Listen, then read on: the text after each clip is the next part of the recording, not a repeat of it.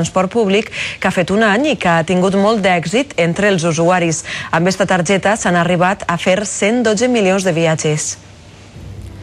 És recarregable, difícil de trencar perquè és de plàstic, és més ràpida perquè funciona per contacte amb una comunicació per ràdio entre la targeta i el lector i serveix per agafar el tramvia, el metro i els autobusos urbans i metropolitans.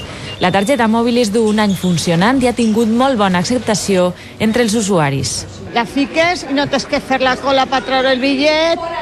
Eso te sirve para 10 viatges i t'és més barata. Me quedaven 3 viatges i quan tenia temps la setmana passada, pues agarré i la recarregué. Fiqui 10 viatges més. Pots ficar-ne fins a 30. El primer any d'utilització han sigut més de 112 milions d'usuaris els que han pogut utilitzar la targeta sense problemes. És a dir, que més de 112 milions de viatges en transport públic s'han fet amb aquestes targetes, de les quals s'han distribuït més d'1 milió. Han passat de tindre 20 punts de venda a tindre 1.500 punts de venda en tota l'àrea metropolitana de València.